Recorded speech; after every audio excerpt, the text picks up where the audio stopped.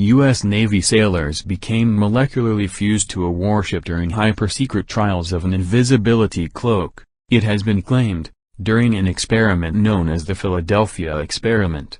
The horrific allegations came as a result of Albert Einstein-led stealth experiments aimed at giving Allied battleships the ability to disappear. The bizarre research, which has become known as the Philadelphia experiment, has led to eyewitnesses claiming a U.S. Navy destroyer escort called USS Eldridge even matter transported from one naval yard to another. But the whole project was then considered so volatile it was shelved and classified at a level beyond top secret.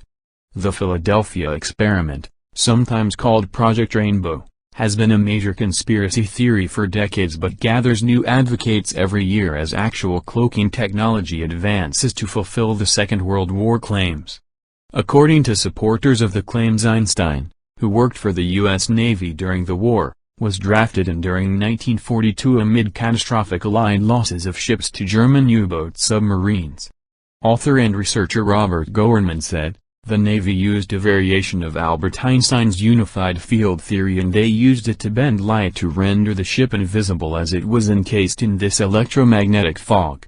Alfred Bielek, who claims to have been a member of the scientific team, said, "Powerful electromagnetic fields were engineered around the Eldridge and its skeleton crew."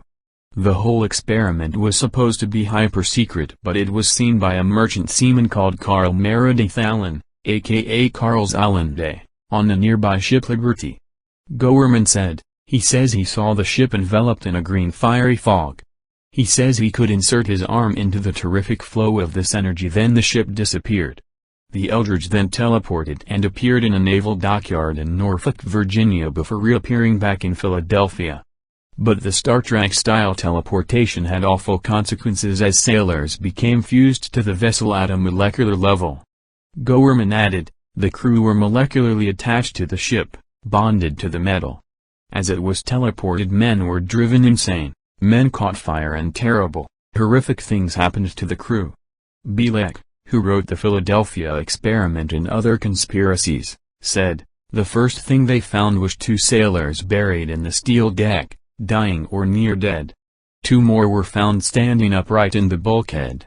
Other sailors were missing, or vaporized."